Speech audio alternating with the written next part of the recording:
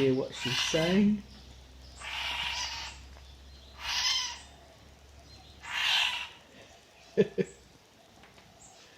I'm afraid they don't have a very nice voice, the wattle birds.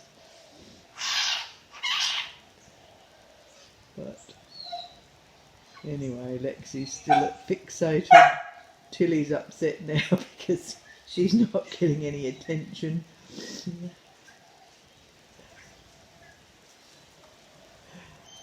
But they all stand to attention when the bird's around. Yeah, of course they do.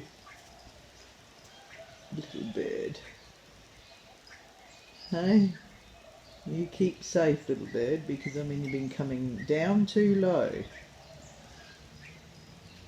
She's got a bit of food in her pot there. That's her favourite little hidey spot. Precious little one.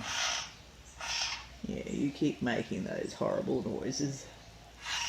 At least we know you're surviving okay. Okay. That's it for now.